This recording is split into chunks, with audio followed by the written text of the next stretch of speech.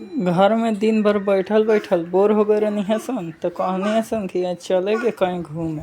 तो घर से जब निकलनी है सन बाहरी, तो ई सब मैं खतरनाक खतरनाक दुकान लौके लगल है। साला ये पूरा एने कपड़े के दुकान रहल है।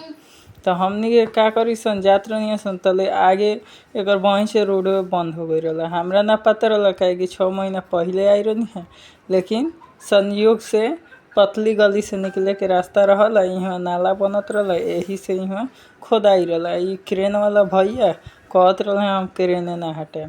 तब आगे बढ़नी सन तो ई दिल्ली के बड़ बड़ मतलब किला लौकल है।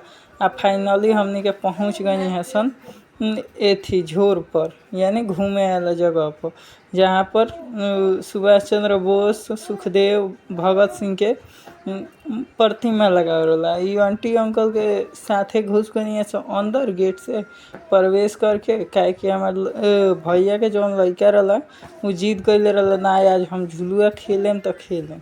ठीक, तो आगे गई सन तो एमे ढेरे लोग खेलत रहा, मैं खतरनाक खतरनाक खेल। तो आगे बढ़नी सन तो जिम उम करे वाला कुछ पार्ट्स लग गई है। तो यही पर देखनी सन कि कोनो खाली नहीं खेल, लेकिन अचानक से एगो छोटा सा खाली रहा। आ बगल में एगो लड़की डांस करत रही है, या सॉरी जिम करत रही है। ठीक, तो वही पर भैया के लड़का चढ़ गई है, कहनिया चढ़ आ हिलाओ, तो चढ़ के हिलावे लगल है। ठीक, आ हिलावला के ओकर मन भर गई है, माने जिम कह के मन भर गई है, तो उतर गई है। तो हम कहनी रोक हमू जातन। तो साला जब हम गए है तो उ साला खराबे रहा।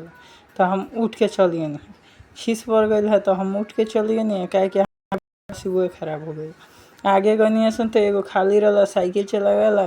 तो साइकिल तो गाँव में खूब चले सन, लेकिन आदत बनावे खातिर हमू ही कहनी ले 2-4 पौड़ी मार दी।